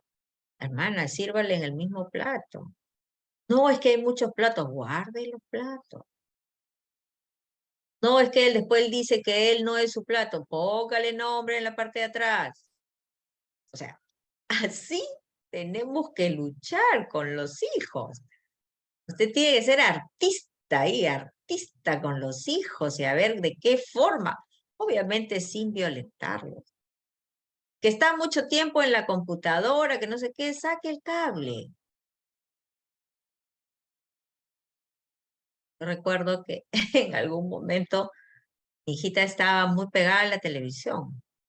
Le corté hace años, pues ella tiene 31 años, le corté el cable de la televisión. Que no, entonces había que regularlo. Bueno, muchas cosas vamos a tener que hacer. Muchas cosas vamos a tener que hacer, ¿no? Ok. ¿Qué más tenemos acá? A la cuarta sesión, neutralizar las fuentes de estrés y los factores que mantienen el síntoma, ¿no? Continuar con el análisis familiar, corregir, observar si las conductas han mejorado y seguir dando tareas, ¿no? Tarea 1, organizar todas las actividades de la casa. ¿Quién va a, no sé, pues a botar la basura, hacer las compras, hacer la comida, lavar los platos, lavar la ropa, ordenar la casa, hacer la limpieza, etc., etc.? ¿Quién va a trabajar? ¿No? ¿Y qué va a pasar si es que no hay trabajo? Ayer también conversaba con una joven que se estaba separando del esposo porque el esposo había sacado los pies del plato, había embarazado a una chica, pero siempre la estaba buscando, siempre le contaba de ella, le decía que tú eres la primera, y ella le decía, no puede ser porque tú me has engañado, has adulterado con ella, pero le dice, no, si yo tampoco, tampoco es que la quiera tanto, porque mientras estuve con ella también estuve con otra persona. Ah, ok. A ella le faltó la conclusión. Esa es la premisa lógica. ¿Cuál es la conclusión? La conclusión es, oye, tú no quieres a nadie mientras le vayas a poner otra persona a ella. Si ya le pusiste una persona a ella y después me buscas a mí, entonces, ¿de qué estamos hablando? Y a ella le digo, si él te está diciendo de que tampoco la quiere tanto a ella y por eso le puso otra, entonces tampoco te quiere a ti porque te puso otra. ¿Has entendido eso? Porque ella quería irse, regresar con el Señor. Bueno, ya. Neutralizar las fuentes del estrés, los factores que mantienen el síntoma, ¿no? Y verificar el cumplimiento de los acuerdos. Vamos dando tareas, vamos dando ejercicios de reflexión, ¿no? Ay, Dios, no sé en qué tiempo estoy, 10:52. La quinta sesión, verificando hipótesis, concluyendo los diagnósticos, comunicar los aportes. Miren, he visto que hasta esta quinta sesión la familia ha avanzado con tales cosas, me alegra mucho, veo de que ya conversan un poquito, veo de que ya hicieron la distribución de las funciones familiares, veo que han bajado los insultos, los gritos, usted va mirando, ¿no? Reforzar los cambios y la práctica de las soluciones planteadas, veo de que han ido conversando, me alegra muchísimo, etcétera, ¿no? Continuar reevaluando las soluciones, seguir dando tareas, ¿no? Reforzando lo que está bien, mirando los cambios observados, felicitando, manifestando los avances, reforzar las conductas ya en la 10ª y cierre. Sin embargo, puede que no hayan solo 10 sesiones. Puede que la familia necesite más sesiones. Cuando se hablan de procesos terapéuticos, estos procesos generalmente duran 10, 20, 30, 40 sesiones hasta que la persona logre hacer un cambio, ¿no? Pero podrían, digamos, durar en un proceso de orientación quizás unas 10 sesiones, ¿no? Tenemos un caso, María y Juan llevan casados 15 años, tienen 4 hijos de 15, 13, 11 y una niña de 9. Ella se casó embarazada de su primer hijo. Desde el inicio de la relación siempre estuvo marcada por celos, de él, de su machismo, los problemas de comunicación, las diferencias de opinión en la crianza de los hijos, en el manejo del dinero y la escasa fe en Dios. Esto llevó a constantes discusiones en el matrimonio. Ella adoptó una conducta sumisa para evitar los problemas y quiso que los hijos hicieran lo mismo. Sin embargo, el mayor imitó la conducta del padre y tiene conflicto con su madre y los demás hermanos. El hijo mayor y el padre tienen una coalición contra la madre. Ambos, padre e hijo, ejercen violencia contra los otros miembros de la familia. El padre a veces, miren, aquí es bien importante. A veces los varones dicen, no, pues si yo no le pego, pero la empuja, pero la jala. Y esos dicen que no es violencia. Claro que sí. Siempre que yo toco el cuerpo del otro para dañarlo, con cólera, y lo saco de su postura natural y lo hago trastabillar, entonces ya estoy ejerciendo violencia, ¿no? También jalones, maltrato físico a los hijos, los empujan, los pellizcan, etcétera, ¿no? Violencia psicológica, insultos, humillaciones, ¿no? Violencia sexual, relaciones forzadas, y el hijo mayor también le pega a los hermanos, ¿no? Acá tienen ustedes un cuadrito de esos que a mí me gustan hacer para que puedan ustedes tener una mayor comprensión visual y de una nada más de todas las cosas, ¿no? Comunicación entre los cónyuges, acusadora. De padres a hijos, acusadora y aplacadora de los demás hijos. Entre los hermanos, comunicaciones conflictivas. Límites, el esposo violento, la esposa sumisa. En los padres e hijos, padre agresivo. En los hermanos, hermano mayor castiga a los menores. Alianzas no existen. Las alianzas son uniones para beneficio. Aquí en los padres e hijos tampoco, en los hermanos sí hay, los dos últimos están aliados, ¿no? Quieren que las relaciones cambien. La coalición, el padre con el hijo mayor en contra de la madre, y entre los hermanos, el padre e hijo contra la madre y la madre e hija menor contra el padre. Jerarquía, el padre en el subsistema conyugal, el padre es la jerarquía de la pareja. En la jerarquía de padres e hijos, el padre y el hijo mayor, y en los hermanos, el hermano mayor, ¿no?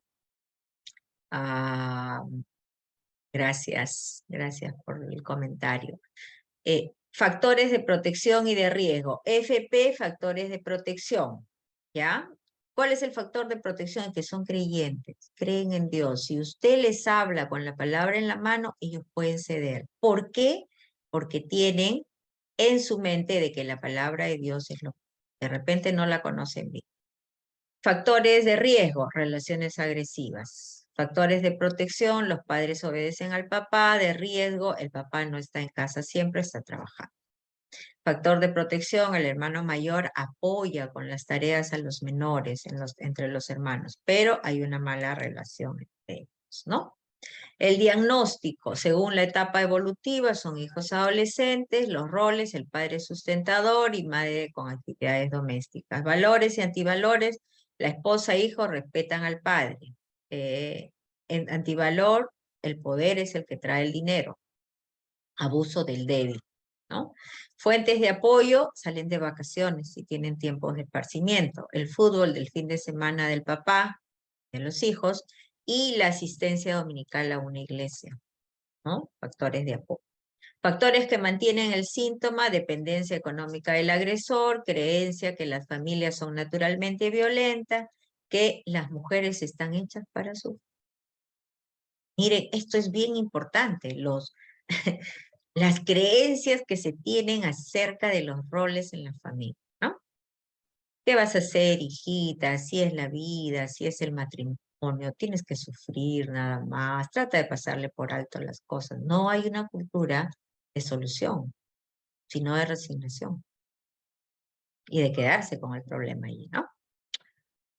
Hipótesis: violencia familiar, problemas de comunicación, jerarquía dañina, coaliciones, problemas de poder y límites. Acciones correctivas. El hogar debe tener relaciones equitativas. Acuérdense de que todos estamos llamados a aportar. Todos estamos llamados a que se nos escuche. Aún a los niños, ¿no? Y tienen que haber relaciones menos abusivas. Hay que equilibrar el poder entre ambos cónyuges. Son papá y mamá los que dirigen el hogar. Hay que hacer entender a los agresores que cambien de actitud usando los factores de protección, en este caso de la palabra de Dios, y el uso de la ley y las consecuencias de su actitud en su propia vida y en la vida de los demás miembros de la familia. La ley también es importante, hermanos. Romanos 13 nos habla de ¿qué? De que las autoridades están puestas por Dios, están elegidas por Dios, así esténlo como estén. Están elegidas por Dios y están ¿para qué? Para infundir temor al malo y para hacer justicia. En los casos de violencia familiar, no crean de que el caso, ay, sí, es un caso penal, es un caso que ahorita lo van a solucionar y entonces, no, demoran. A veces ni les hacen caso, por más de que haya una denuncia. Por lo menos eso pasa en países de América Latina. La violencia todavía no está muy visibilizada, ¿no? Anteayer conversaba con en una de las consultas que me decía, pero si él toda la vida me empuja. Yo mido como 1,50 y él mide 1,85. Una familia con mucho recurso económico. Le digo, no, tú tienes un espacio personal. Una persona tiene un espacio de 50 centímetros a la redonda de uno. Nadie tiene que invadir mi espacio personal. Yo tengo 50 centímetros que es mío, para mí, para respirar. Mi espacio personal. Si tú invades mi espacio personal, ¿qué es? Intimidación.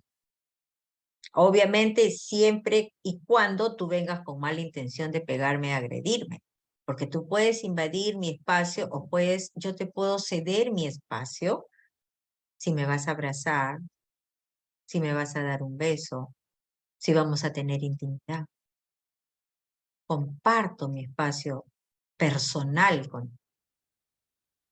Entonces me dice, todo el tiempo me está jaloneando. No, le digo, alto, alto, tienes que parar.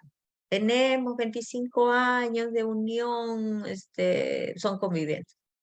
Y siempre ha pasado lo mismo, pero entonces tienes que parar esa situación. Dile de que si una vez más te toca, lo vas a denunciar. No está bien eso. La Biblia, ¿qué dice? Apártate del hombre violento, apártate del hombre de enojos, o de la mujer violenta, o de la mujer. ¿No?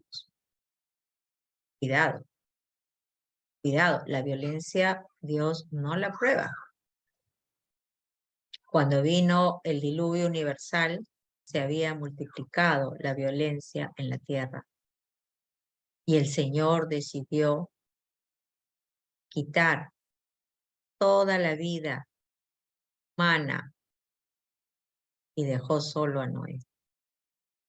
Porque la violencia se había multiplicado en la faz de la tierra.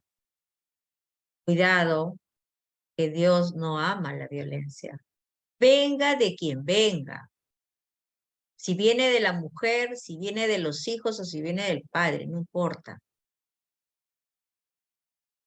Equilibrar el poder entre ambos cónyuges, haciéndole entender a los agresores que deben de cambiar su actitud. Corregir la comunicación. Si usted me dice a mí, eres una irresponsable, eres, no sé, pues una gritona, eres, no sé, una mala madre, una mala esposa, yo no voy a estar feliz. Probablemente le diga, sí, pero tú también no eres un buen padre. Y tú también eres un mal hijo. Y tú también, y empieza la discusión, el desacuerdo. Usted me dice A, yo le digo B. Usted me dice C, yo le digo D. Usted me dice D, yo le digo E al cuadrado. Y vamos subiendo el tono.